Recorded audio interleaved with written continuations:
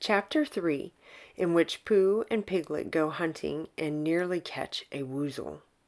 The piglet lived in a very grand house in the middle of a beech tree, and the beech tree was in the middle of the forest, and the piglet lived in the middle of the house. Next to his house was a piece of broken board, which had Trespasser W on it. When Christopher Robin asked the piglet what it meant, he said it was his grandfather's name and had been in the family for a long time. Christopher Robin said you couldn't be called Trespasser W, and Piglet said, yes, you could, because his grandfather was, and it was short for Trespasser's Will, which was short for Trespasser's William, and his grandfather had had two names in case he lost one. Trespassers after an uncle, and William after Trespassers. I've got two names, said Christopher Robin carelessly. Well, there you are. That proves it, said Piglet.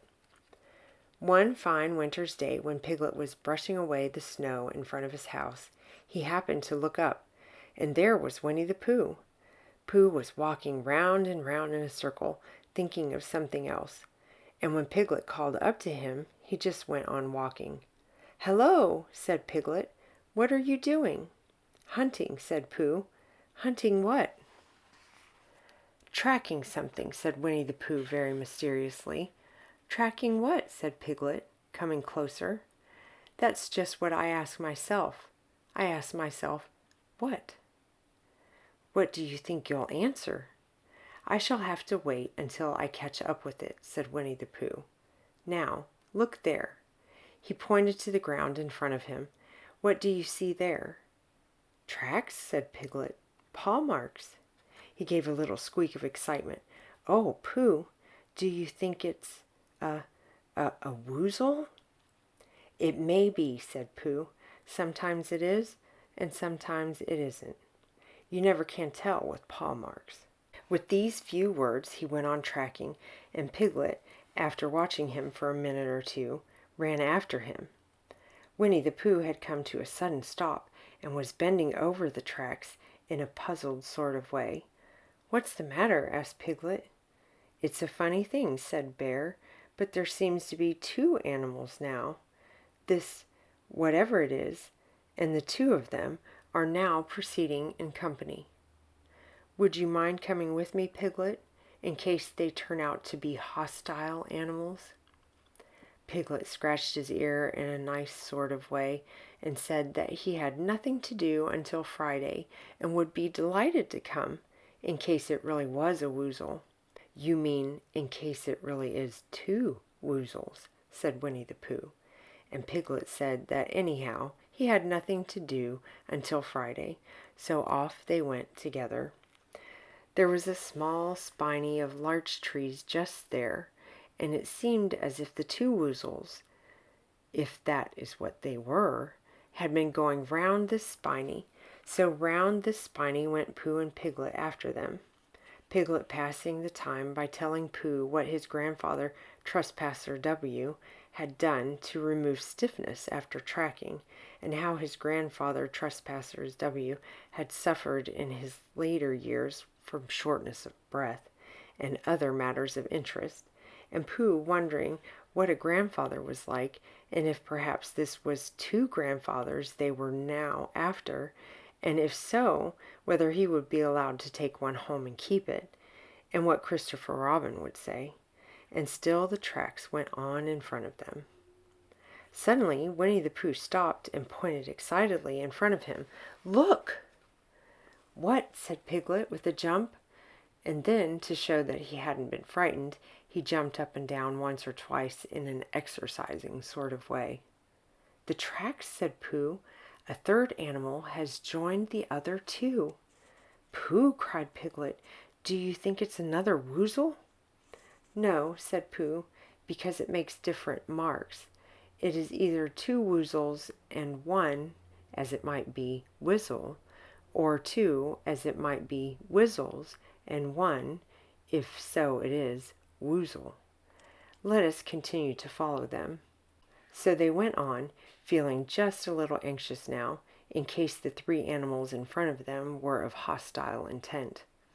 and Piglet wished very much that his grandfather T.W. were there instead of elsewhere, and Pooh thought how nice it would be if they met Christopher Robin suddenly, but quite accidentally, and only because he liked Christopher Robin so much. And then, all of a sudden, Winnie the Pooh stopped again, and licked the tip of his nose in a cooling manner, for he was feeling more hot and anxious than ever in his life before. There were 4 animals in front of them. "Do you see, Piglet? Look at their tracks. 3 as it were woozles, and 1 as it was Whizzle. Another woozle has joined them." And so it seemed to be.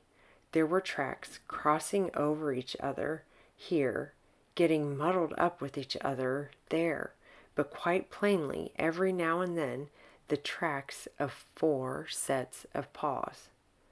"I think," said Piglet, when he had licked the tip of his nose too, and found that it brought very little comfort, "I think that I have just remembered something. I have just remembered something that I forgot to do yesterday, and shan't be able to do tomorrow.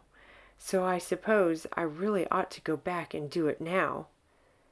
"We'll do it this afternoon, and I'll come with you," said Pooh. It isn't the sort of thing you can do in the afternoon," said Piglet quickly. "It's a very particular morning thing that has to be done in the morning, if possible, between the hours of—" "What would you say the time was?" "About 12, said Winnie the Pooh, looking at the sun. "Between, as I was saying, the hours of 12 and 12:05. So really, dear old Pooh, if you'll excuse me—" "What's that?" Pooh looked up in the sky, and then he heard the whistle again. He looked up into the branches of a big oak tree, and then he saw a friend of his. "It's Christopher Robin," he said. "Ah, then you'll be all right," said Piglet. "You'll be quite safe with him. Goodbye." And he trotted off home as quickly as he could, very glad to be out of all danger again. Christopher Robin came slowly down his tree. "Silly old bear," he said. "What were you doing? First you went round the spinney twice by yourself, and then Piglet ran after you, and you went round again together, and then you were just going round a 4th time." "Wait a moment," said Winnie the Pooh, holding up his paw. He sat down and thought, in the most thoughtful way he could think. Then he fitted his paw into one of the tracks. Then he scratched his nose twice and stood up. "Yes," said Winnie the Pooh. "I see now," said Winnie the Pooh. "I have been foolish and deluded," he said. "I am a bear of no brain at all." "You're the best bear in all the world," said Christopher Robin soothingly. "Am I?" said Pooh hopefully, and then he brightened up suddenly. "Anyhow," he said, "it's nearly luncheon time." So he went home to get some.